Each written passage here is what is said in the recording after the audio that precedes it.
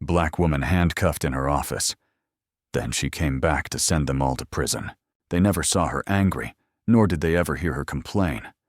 But if you listened long enough, you'd realize that some battles don't need shouting. Only silence held long enough to reach justice. Subscribe and tell me in the comments where you're watching from. Venus Morgan, 31 years old, was a name rarely mentioned during the glittering press conferences of Hawthorne Media, a media conglomerate worth nearly $500 million, headquartered in the heart of Chicago. But behind million-dollar projects, flawless strategic plans, and meetings with major partners was her steady hand, executive assistant to the vice president, coordinating the schedules of 3 departments, managing an average of 12 tasks a day without missing a single detail. Venus arrived at the office at 6:45 a.m. every morning, always. While other employees were still waiting in line for coffee on the ground floor, she was already at her desk, scanning dozens of emails, fingers flying across the keyboard to ensure the 9 a.m. meeting would go off without a hitch. She wasn't just good at her job. She was the oil that kept the vast machine called Hawthorne running smoothly. But on the executive floor, where reinforced glass walls were designed to create a transparent environment, it was the coldest place for a black person. Venus was the only brown-skinned face in that corridor. And though it was never put into words, that fact alone was the silent reason why people kept their distance. Tegan Holloway, head of the marketing department, was the kind of person who knew how to smile radiantly in meetings, but coldly shut people out behind the scenes. To Tegan, Venus was an unsettling presence, too polished, too quiet, too competent to be dismissed, but also too different to be accepted. Venus was often accidentally left out of group meeting invitations. When the company hosted a private dinner party at the Everlight Hotel, she was the only one seated at a table with the maintenance staff. Each time she raised a question, she received a light, offhand apology, as if it were just a clerical error. But the repetition made it clear to anyone paying attention. This wasn't a coincidence anymore. Enoch Wallace, a flashy and arrogant sales associate, once asked her in the elevator, right in front of 3 white colleagues, "Are you sure you're on the right floor?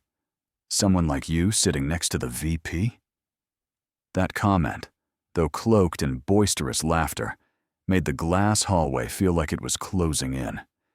In major meetings, whenever she presented a report, the slight furrowing of brows, the averted eyes, the interruptions became a silent language telling her, "Stop talking. You're not meant to be heard here." Every evening, back in her small apartment in Edgewater, Venus opened her notebook and began to write. Not a diary in the usual sense, but detailed records of every action, every look, every subtle gesture she endured, a kind of evidence to remind herself she wasn't imagining it. One day, she submitted a proposal to upgrade the company's customer management system, an AI-integrated CRM projected to increase partner retention by 17%. The proposal was rejected for being lacking in strategy. A month later, that very same design, nearly identical, was presented at the quarterly meeting, this time bearing the name Tegan Holloway.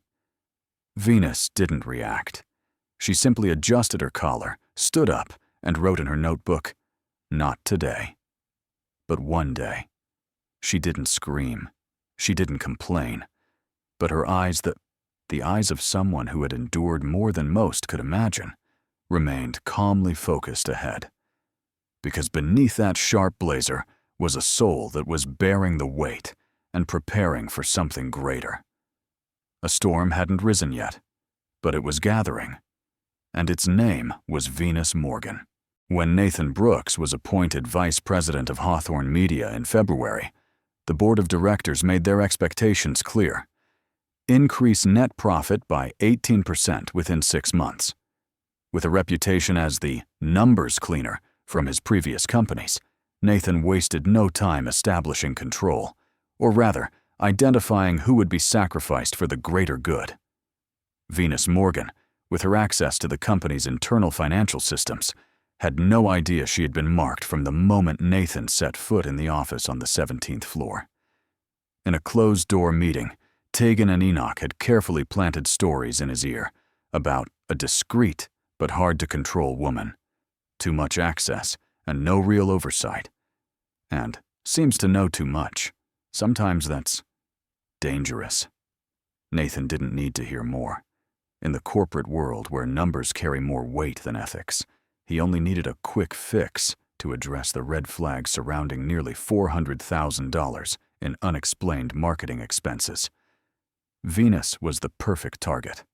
The plan unfolded discreetly, executed with the precision of a career assassination. Tegan took the lead, fabricating a chain of false invoices from a shell company named EMC Solutions, registered just a month prior in Delaware, a state notorious for its ease in setting up fake businesses. Internally, Enoch manipulated email threads, attaching Venus's name as the person who had approved the payments. Even her digital signature was forged, a trick undetectable unless someone examined the hidden ID codes behind it. Then came the internal report, sent anonymously to the audit department. Signs of money laundering through the executive office. Primary individual responsible, V. Morgan. Tegan herself wrote it, immediately after a meeting where Venus had proposed a project to digitize the entire accounting process with independent audit software. A proposal that could expose everything. Venus, unaware of any of this, continued her work as usual. On Friday, she submitted a financial transparency plan, complete with data showing marketing expenditures had exceeded the budget by 12.4% in the last quarter. On Monday, she received an email from Nathan. Review postponed, currently focusing on other priorities. At 8:23 a.m., the sound of firm footsteps echoed across the gray tiled floor. 2 FBI agents, black suits, badges gleaming, walked straight to Venus's desk. Ms. Venus Morgan? Yes, You are under arrest for suspected involvement in money laundering and financial fraud. The entire office froze. No one said a word. Venus stood up, her eyes fixed on the screen still open with an unread email. On her desk, the photo of her mother lay tilted beside an untouched cup of coffee. Behind her, Tegan lifted her cappuccino, slowly walked toward the exit, and dropped a line just loud enough for 2 adjacent desks to hear. She said she worked for honor. Ironic, huh? Enoch folded his arms, tilted his head toward a young colleague, and smirked. I thought she'd be crying and begging. Turns out she's good at pretending, too. Venus said nothing, didn't resist, not a single sigh. She simply held out her hands for the cold handcuffs and walked past the rows of co-workers, people she had once helped schedule promotions for, edit presentations, and remind of meeting times. No one dared meet her gaze. No one asked, "What's going on?" And to her, that silence was the deepest betrayal of all. The elevator doors closed behind her. On the 17th floor, whispers began, murmurs that maybe, just maybe, they had seen this coming. But no one dared to stop it. The day Venus Morgan was taken from the Hawthorne building in a car with iron-meshed windows, she could still smell the faint trace of perfume lingering on her wrist, the luxury fragrance her mother had given her when she was promoted to executive assistant. But less than 8 hours later, she stood in the cold cell of Illinois State Prison, a facility housing over 1,370 inmates, more than 70% of whom were people of color, many serving harsher sentences than warranted. She was given a worn silver-gray uniform with the number 44763 printed diagonally across her chest like a brand attached to a crime she had never committed. Her tailored office dress was replaced with coarse fabric, her high heels swapped for faded gray plastic sandals. There was no mirror, but through the fogged glass, Venus saw a stranger staring back at her. On her first day, she walked down the main corridor, dim fluorescent lights overhead, and distant screams echoing from the far end, as if the prison itself were warning. There are no laws here, only an order built on fear. A tall white inmate with tightly braided hair and a skull tattoo on her shoulder blocked her way near the food distribution corner. "There's no room for office types here. You either bow down or you fall. Choose." Venus looked directly at her, saying nothing. She walked past without brushing shoulders, but that look caused the corridor to fall silent for a beat. Silent, but not forgetful. Her first meal was a dry piece of bread and a cup of fermented juice. No clean trays. She stood wedged between 3 women jostling over worn plastic trays. When she reached for one still greasy with oil, a rough hand slammed down on the table and pulled it away. No one said anything. No one helped. And that was the rule here. Back in her cell, she found her name misspelled 3 times on the assignment board. Venna Morganson, Mogran Venus, Mervyn G. Not accidental, but intentional mockery. Each wrong name was a way of denying her rightful identity. In the exercise yard, as she bent down to pick up a towel fallen from the laundry bag, another inmate stepped hard on her hand, then turned and laughed. "Watch your paperwork, counselor." Venus clenched her fist, blood oozing from her fingertips, but she didn't react. She quietly put the towel back in her bag and walked on. On her cell door the next morning, a note scrawled in black marker read, "Big fish in a small pond is bait now." Beside it was a drawing of a noose. Venus calmly took it down, tore it apart, and burned it with a matchstick borrowed from the kitchen. The hardest moment came on the 3rd night. Returning from the evening cleaning shift, she opened her locker to check her belongings and found her mother's photo, the only one she'd brought from home, ripped in half. Half of her mother's face lay face down on the freezing concrete floor. Venus didn't scream, didn't cry, didn't ask anyone. She simply sat on the corner of her bed, pulled a folded sheet of paper from beneath her pillow, and began to write. Not a plea for help. Not an appeal letter. It was a map of the prison, hand-drawn by her. The number of steps between guard posts, shift change timings, wind direction from the main kitchen, and camera placements that didn't fully cover their zones. She knew she didn't belong here. But if she was forced to live in this place, she would turn every pulse within those cold walls into a map of freedom. Not to escape, but to prepare for a battle far greater than anything she'd ever seen in the glass offices of Hawthorne. And this time, she wouldn't fight with emails or reports. She would use her mind, her memory, and every ounce of pain they had hurled at her like stones. 3 weeks after being incarcerated, Venus Morgan began to perceive the underlying rhythms that governed the Illinois State Prison. Not just the shift rotations, meal schedules, or the location of every security camera, but also the glances exchanged, the silent footsteps, and especially the people, who no one seemed to notice. One late night, while curled up in a corner of the old storage room she was assigned to clean, Venus was startled to find a cup of hot coffee placed in front of her without explanation.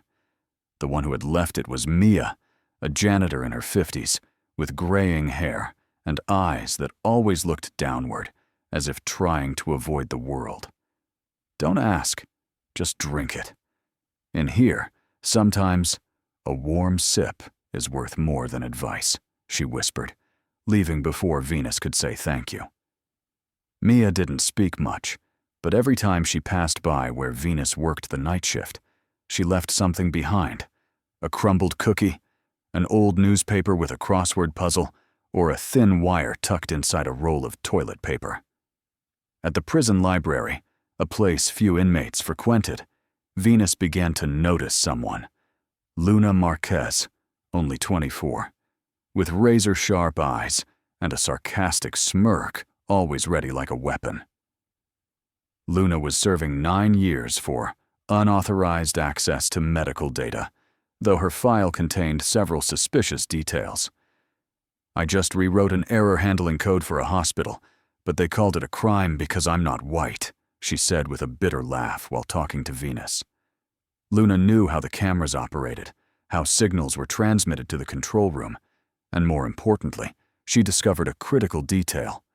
The automatic security system rebooted at 3 a.m. on the first day of every month, creating a blind spot lasting 27 to 32 minutes, depending on data traffic. That's when the guardian angels go to sleep, Luna said. Another person slowly joined Venus's circle, Paul Ortega, a Latino man with a solid build, sun-weathered skin, and calloused hands.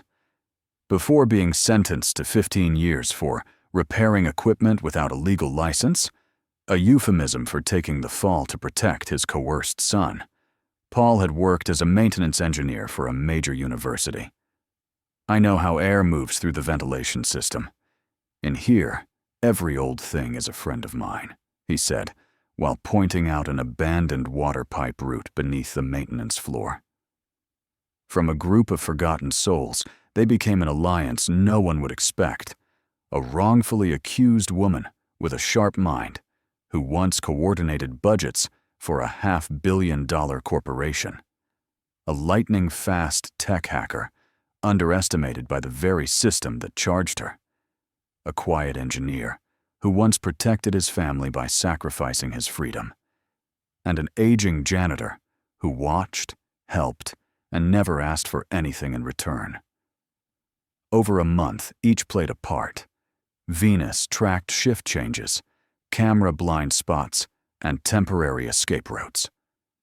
Luna mapped the security wiring, pinpointing the precise moments when the cameras would die.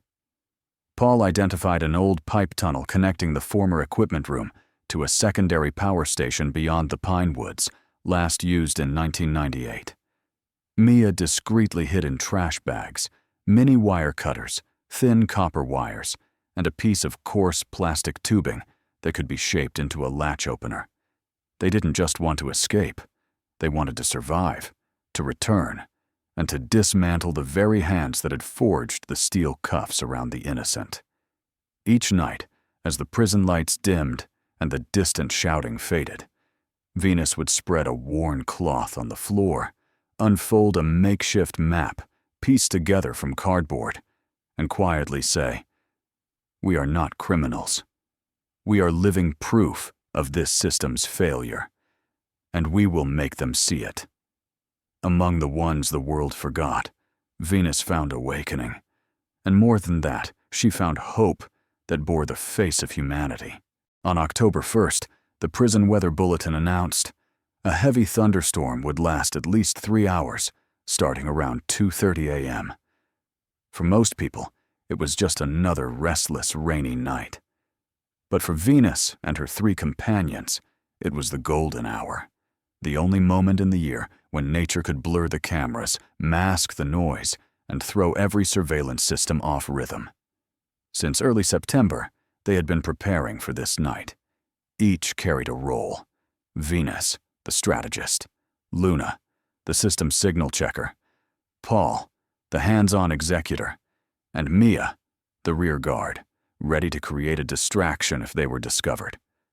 That night, only 3 would escape, but their hearts carried Mia with them. At 2:55 a.m., Venus stood at the end wall of the utility hallway and marked a check mark on the surface with white chalk, a pre-arranged signal to Luna. Patrol complete. Path clear. Paul, with the same hands that once dismantled the most complex HVAC systems, opened the vent cover, using a hollow wrench hidden in his shoe sole for the past 3 weeks. They had only 40 minutes, 30 from the camera reboot window, plus a few extra stolen by the storm's distraction. They crawled into the duct, a 16-meter-long shaft so narrow they could only move using their elbows, their backs scraped constantly by rusted metal shards. Each time they shifted, they had to hold their breath. The gap between their bodies and the wall was barely more than 8 inches. No one spoke. No one asked, "Are you sure?" There was only the rush of breath, pounding heartbeats, and a small flashlight wrapped in black cloth to prevent any glow from leaking.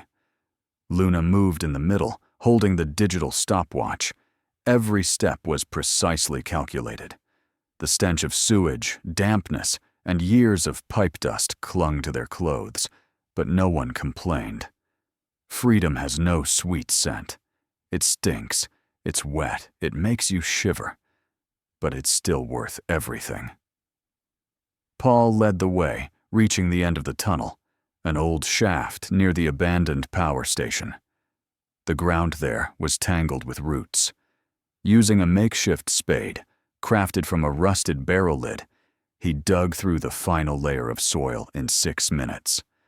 When the first flash of lightning lit up their face, they were outside. Rain slashed like whips. The wind howled back at them, but it wasn't colder than the early days in prison. Venus stood in the woods behind the facility, clutching a small USB drive, the one she had wrapped in plastic and taped to her chest 7 days earlier. Inside were 49 files, nearly 372 pages of PDFs, containing all the evidence she had saved before her arrest. They stood together for a moment, no words needed. The dark, the thunder, and the cold rain were enough to say, "We made it out of a place no one believed we could escape."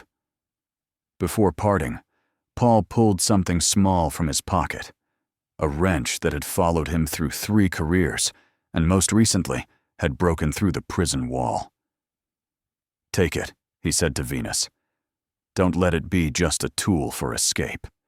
Make it proof that we were once imprisoned and that we dared to break free." Luna nodded. She didn't smile like she usually did. She just said one sentence. "If I get caught again, don't come looking for me. But write the truth." They split into 3 directions. Each took a different path into the woods, where no footprints had been left before. Only the future waited, blurred in the rain. Venus didn't look back. Beneath her feet was mud. Above her head, thunder. But in her hands, truth, freedom, and an untold story, ready to be written with fire, with reason, and with everything they had once called weakness. That night, Venus Morgan was no longer inmate number 44,763. She became herself again, a woman who had been destroyed and was about to make the entire system answer for it. Venus. Morgan sat on the cold wooden floor of a 3rd-floor apartment in the western suburbs of Chicago. The apartment once belonged to Nina Parker, her college roommate, a now California-based interior designer who kept this place for moments when someone needed to disappear for a while. No one expected her to hide here. No one knew she was still alive. And no one imagined that behind walls, layered in the dust of time, she was preparing for a counterattack. After washing off the mud from the forest and drying her soaked shoes, Venus changed into a white dress shirt, the only item in the travel bag she had hidden in a tree hollow a week prior. She opened an old laptop, the kind she once used at Hawthorne for remote work, and plugged in the USB wrapped in 3 layers of plastic, the one she had kept close since the day she was arrested. On the screen appeared a list, 49 files, including 17 internal emails with altered metadata, but original drafts still saved. 12 duplicated invoices totaling more than $168,000 were transferred to a Cayman Islands account. 9 accounting notes were deliberately altered to create phantom expenses for fake marketing campaigns. And most notably, a summary of offshore accounts under the company name E&T Marketing, a division that, according to the budget model, fell solely under the management of Tegan Holloway. Venus knew she couldn't fight this alone. She needed a voice with weight, and Sarah Mitchell was the first name that came to mind. Sarah had shaken the financial world by exposing the national bank's money laundering scandal in 2021 and was known for being impervious to lies dressed in academic language. Venus sent a brief email with the subject line, "I have a story and evidence, but I need you here before someone else gets here first." Sarah arrived the next morning, wearing a gray trench coat, hair neatly tied back, carrying a tablet, and a gaze that could cut through any excuse. She listened for an hour straight. As Venus laid out every detail, every meeting she was excluded from, every condescending glance, every insult she endured in prison, Sarah didn't interrupt once. 5 minutes of silence. Then she looked up and spoke like delivering a verdict. "Venus, if everything you've said is true, then this isn't just a wrongful conviction. This is an organized crime, and it's operating inside a $500 million corporation." Sarah immediately got to work. For 34 continuous hours, she and Venus combed through every line of data: email metadata, sender IP addresses, timestamps compared to meeting schedules. They uncovered one deleted internal email, still retrievable in the server cache. In it, Nathan Brooks, with his trademark coldness, wrote, "I need someone to carry 6 months' worth of numbers. Don't make me choose her. You all know who I mean." Venus didn't need anyone to tell her more. What she had suspected was now irrefutable evidence. Sarah suggested they find a lawyer bold and skilled enough to take on a corporate giant. And only one name came up: Quincy James, a man who had helped 5 wrongly convicted victims walk free and had led several landmark legal campaigns. Venus arranged to meet him at a small cafe near Clark Street Station. During their 15-minute conversation, Quincy never looked at her face. He only looked at the documents, skimming each page, underlining in red ink. When he finished, he looked up. "You weren't just wronged. You were targeted for destruction, and I'm choosing to stand beside you, to take down an entire system that thinks it's untouchable." From that day on, a trio was formed: Venus, who held the story and the evidence; Sarah, who would bring the truth to the public light; Quincy, who would carry it into the courtroom. They weren't fighting for forgiveness. They were fighting to make the liars bow their heads, in court, in the media, and with the highest cost: the collapse of the system they believed no one would dare challenge. Venus Morgan, once handcuffed in the middle of an office floor, was now typing each comma in the indictment against those who pushed her into the abyss. And she was no longer alone. On Monday morning at exactly 7:30 a.m., the Chicago Courier, the 4th largest investigative outlet in the United States, ran Sarah Mitchell's exclusive story on its front page. The headline, printed in bold, read, "From Handcuffs to Truth, the Framing at Hawthorne Media," accompanied by a photo of Venus Morgan in handcuffs, eyes staring directly into the camera, with Hawthorne Media's faded logo looming behind her. The 4,200-word article was divided into 6 sections, guiding readers from the cold hallways of the corporate headquarters to the darkness of a prison cell, and finally to the turning point under a stormy breakout night. It wasn't the story of a victim, but the journey of a black woman discarded by the system, now rising to expose it. Within just 48 hours, the article had garnered over 3.2 million views, 250,000 shares, and ranked among the top 3 trending Google searches under the keyword Venus Morgan Hawthorne Scandal. On Twitter, the hashtag numbered Justice for Venus began to spread. Individuals who had once been victims of workplace discrimination from all over the country started recounting their own experiences, tagging Venus as a symbol of quiet resistance. Many called her the digital age Erin Brockovich, not just because she dared, but because she had the evidence. A petition on change.org titled "Demand Internal Investigation at Hawthorne Media" gathered 207,461 signatures in just 3 days. NBC invited Sarah Mitchell as a featured guest on their evening talk show, where she described the case as a perfect mirror of covert racial bias and abuse of power within professional environments. Hawthorne began to reel. Tegan Holloway became the media's target. In an interview with Channel 6, she stated, "I'm not involved in any irregular expenditures. We all followed the procedure." But when the reporter asked why her name appeared on 5 offshore accounts tied to E&T marketing, she fell silent, then replied, "Must be someone with the same name." A leaked video captured Enoch Wallace leaving the Hawthorne headquarters with a thick folder just as the FBI began inspecting original documents. An amateur journalist recorded and uploaded the clip to TikTok, where it reached over 1.8 million views in 12 hours. People began calling him Wallace the Runner. Nathan Brooks remained silent throughout.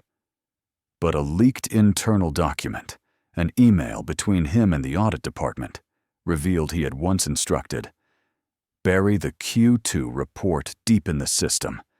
Legal team must never lay eyes on it."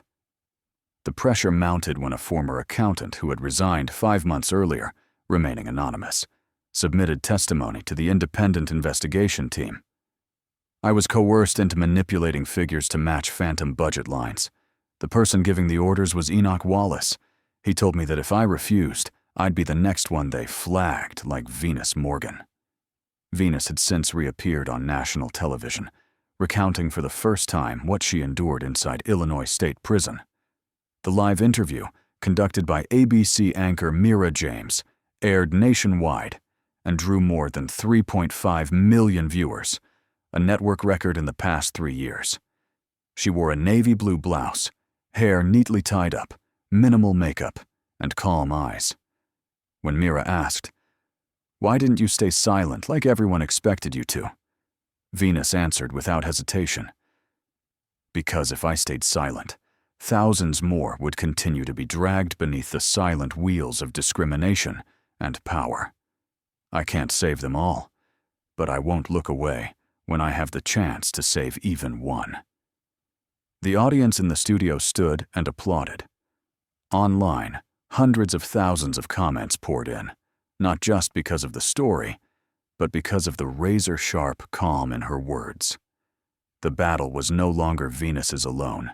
It had become the fight of thousands who had once been humiliated in silence, dismissed with performative politeness. And Venus, though she never claimed the title, had become the leader without a flag. The media firestorm had ignited, and Hawthorne Media was no longer fighting a single woman. They were now facing an entire tide of justice moving against the current, one they never saw coming. On December 5th, after more than 2 months of independent investigation and relentless media pressure, the United States Federal Court for the Northern District of Illinois officially opened the preliminary hearing for a case titled The People v. Brooks, Holloway and Wallace, with 3 serious charges: conspiracy to frame an innocent person, falsification of financial evidence, and international money laundering. Venus Morgan was not seated in the defendant's chair as she had once been forced to. She sat in the witness row beside attorney Quincy James and investigative journalist Sarah Mitchell, the woman who had compelled a nation to look beyond the image of a woman in handcuffs. The trial opened with a 2-minute and 13-second clip from Hawthorne Media's internal office camera, footage of Tegan Holloway speaking to a subordinate in a secondary meeting room. "Just drop the real budget file. The boss doesn't want anyone to see the original numbers. Let's replace it with the sanitized version to be safe." Tegan, who had kept a confident face before the media, unraveled on the very first day of the hearing. She denied it, claiming the clip was doctored. But the prosecutor promptly presented the original audio file, along with metadata documenting the location, time, and originating device of the recording. Immediately after, another shocking revelation was confirmed. Enoch Wallace, while attempting to board a late-night flight from O'Hare Airport to the Cayman Islands, was arrested with a suitcase containing paper documents and hard drives, including evidence of money transfers to 2 undeclared properties in Georgetown. The next collapse came from the core of the operation itself. Nathan Brooks. Facing up to 25 years in prison, he opted to cooperate for a reduced sentence. In a closed testimony session, he directly named Tegan and Enoch as the ones who had actively manipulated numbers, created ghost accounts, and engineered fraudulent marketing budgets. Quincy James, composed and precise, presented over 73 pages of documentation to the court.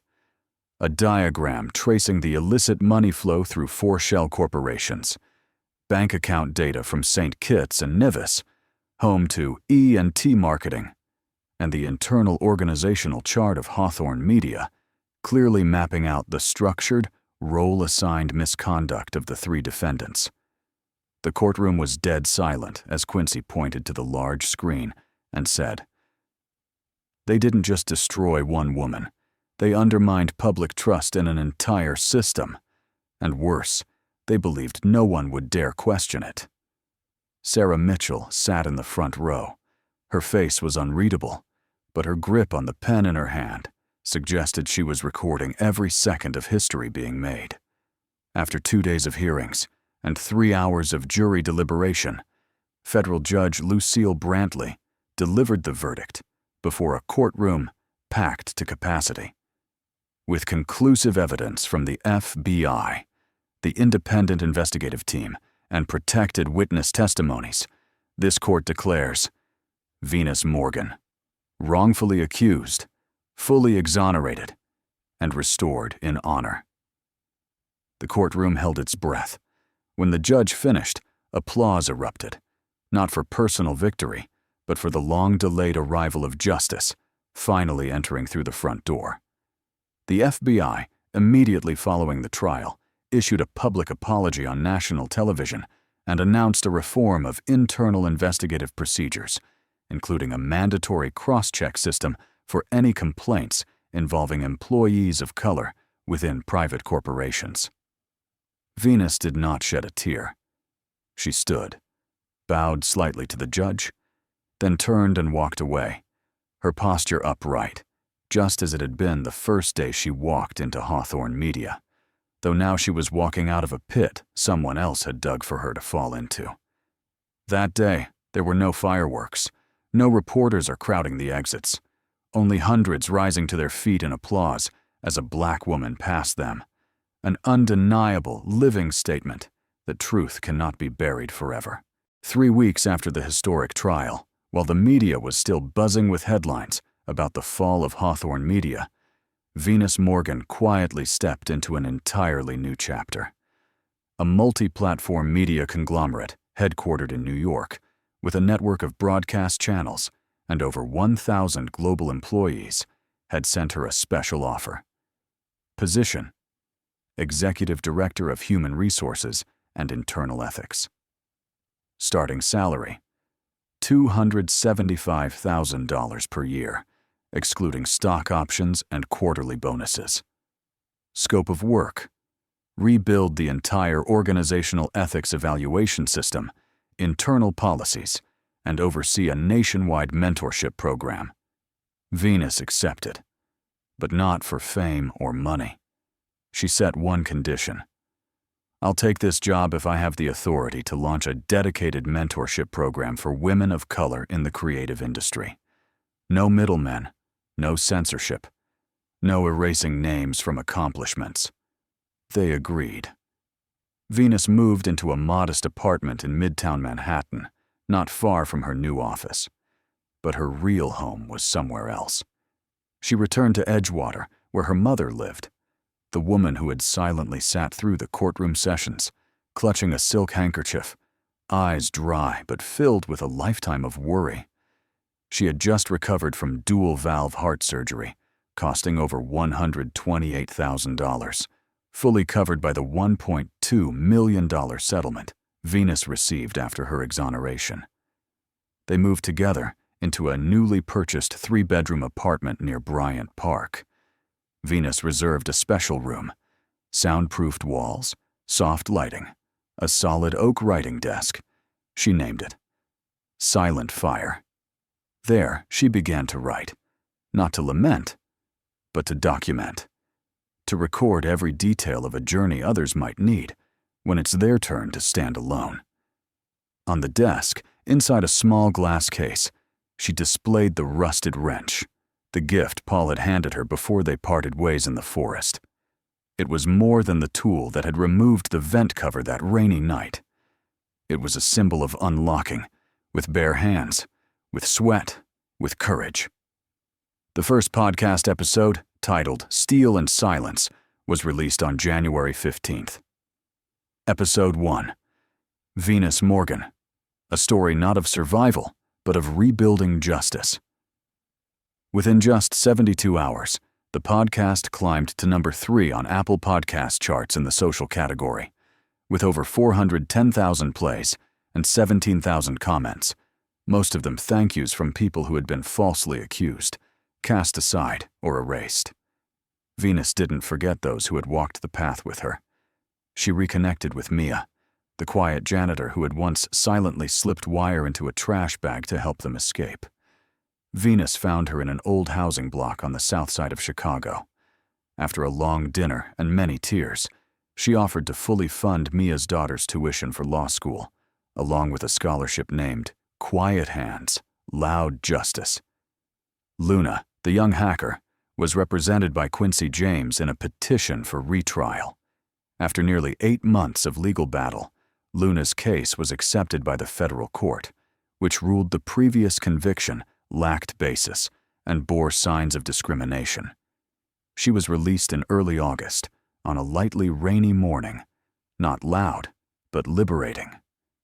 As for Paul, the aging engineer who lived a reclusive life in suburban Michigan, off the grid, never interviewed, he received a handwritten letter in the fall. Inside was a photo of Venus's writing desk in the silent fire room, with a handwritten note. "I've walked through the tunnel, Paul. Now it's your turn to step into the light." Venus never considered herself a hero.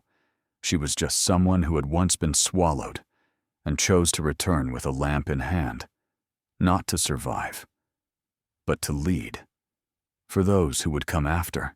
1 year after the trial, Venus Morgan took the main stage at the International Conference on Social Justice held in Washington, D.C., gathering more than 5,000 people from 30 countries, activists, politicians, scholars, and survivors of systems distorted by power. Dressed in an ivory white suit, her hair tied in a high bun, she needed no elaborate introduction. When her name was announced, the entire auditorium stood, not because she was a victim, but because she was proof that pain could become action, and action could rewrite the rules. Her speech, titled "I Will Not Be Silent Anymore," opened with an image that had become iconic. "The day I was handcuffed, I didn't see myself as a victim. I saw myself as a door that had just been pushed open, and behind it was an obligation, to step through it so that no one else would be locked behind it again." She recounted each pain without bitterness, every detail without complaint. She spoke with the composure of someone who had once been shattered and had pieced herself back together with the truth. The speech went viral on YouTube, garnering over 9.8 million views within 2 weeks.